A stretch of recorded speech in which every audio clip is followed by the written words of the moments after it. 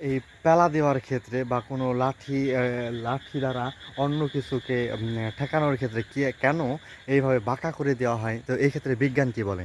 তো আমরা এখন জানার চেষ্টা করব। এই যে বাঁশটি রয়েছে, এই বাঁশটির মধ্যে কিন্তু কত শক্তি সঞ্চিত রয়েছে। দ্বিতীয়ত তো এই বাঁশের যেই গঠন রয়েছে, গঠন কাঠামোর দিক দিয়ে কিন্তু সে খুবই শক্ত।